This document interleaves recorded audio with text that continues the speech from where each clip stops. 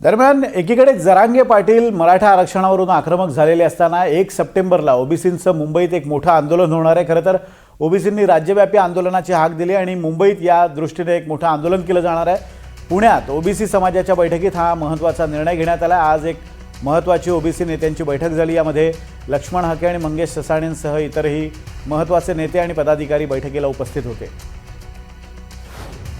1 सप्टेंबरला या महाराष्ट्रातला ओबीसी, बीजेएनटी, एसबीसी, मुस्लिम समाजामधला ओबीसी, सर्व ओबीसी हा मुंबईकडे जाईल।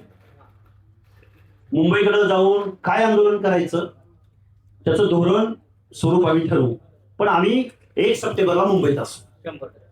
पहिला प्रश्न। त्याच्या अगोदर आम्ही पहिल्यांदा जे महाराष्ट्राच्या कॅबिनेटमध्ये जे ओबीसीचे मंत्री आहेत त्या मंत्र्यांना आम्ही जाऊन विचारू की आम्ही जे करतोय ते काय खरं आहे का खोटं आहे, करू का नको। आणि महाराष्ट्रामध्ये जेवढे इतर सामाजिक संघटनांचे नेते आहेत, वेगवेगळ्या समाजांच्या परत वेगवेगळ्या संघटना आहेत, प्रत्येक जातवार त्या नेत्यांना भेटू, त्या नेत्यांना एकत्र आणू